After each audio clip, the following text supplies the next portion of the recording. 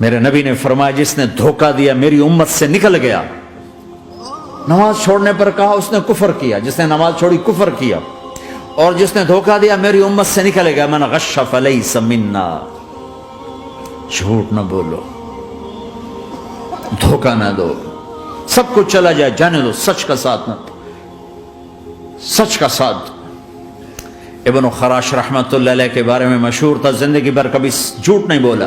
حجاج کا زمانہ، ان کے دو بیٹے حجاج کے خلاف جنگ میں شریک ہو گئے، پھر ان کو شکست ہوگی، وہ بھاگ گئے، پھر چھپتے چھپاتے گھر پہنچ گئے۔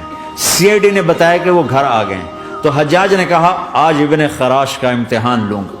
ان کو بلا لیا، کہنے لگا ابن خراش، وہ تیرے دو بیٹے ہمارے خلاف جنگ میں شریک ہوئے تھے، وہ پہ بھاگ گئے تھے، ان کی کوئی خبر ہے کہاں ہے؟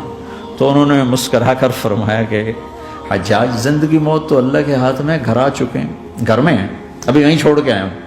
تو حجاج نے کہا تیرے سچ پر تیرے بیٹے تجھے ہدیہ کرتا ہوں، اگر تو جھوٹ بولتا تیرا سر بھی اڑا دیتا، تیرے بچوں کا سر بھی اڑا دیتا، تیرے سچ پہ تجھے تیرے بیٹے تحفہ دیتا۔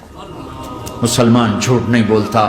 چند پاؤنڈ کی خاطر تم کاغذات میں ہیرا پھیری کرو، ڈرو اس دن سے جس دن اللہ کے سامنے کھڑا ہونا ہے۔ یہاں کے پیپر بنانے کے لیے یہاں کی لڑکیوں کو دھوکہ دو، ڈرو اس دن سے جس دن اللہ کے سامنے کھڑے ہونا ہوگا۔ عیسیٰ علیہ السلام کا تانا اگر گلا آ گیا نبی کو تو کدھر جاؤ گے؟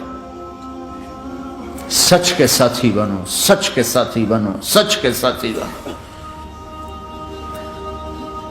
ٹیکس دینا پڑے دو، دینو، تم پہ خرچ ہوتا ہے۔ ایک طرف چار پیسے ہیں، ایک طرف سچ ہے، کہ مسلمان سچ بولتا، جھوٹ نہیں بولتا۔ ایک دفعہ سہارنپور میں جھگڑا ہو گیا، ایک جگہ تھی ہندوؤں کی، مسلمانوں نے قبضہ کیا ہوا تھا، تو ہندوؤں نے کیس کر دیا، انگریز کا زمانہ تھا، عدالت میں۔ وہ مسجد بنانا چاہتے تھے، ہندو مندر بنانا چاہتے تھے،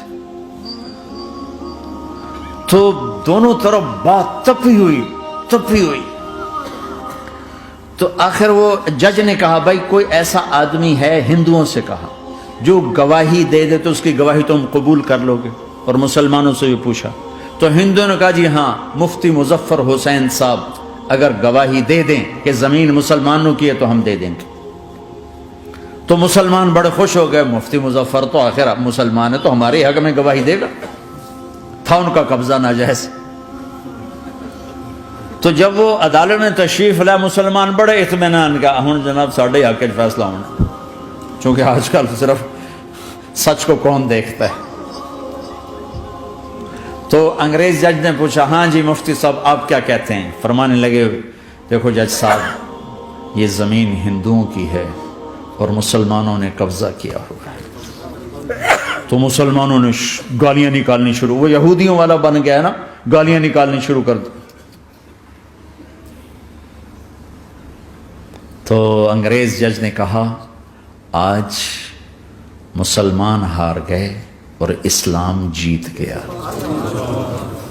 آج مسلمان ہار گئے اور اسلام جیت گیا۔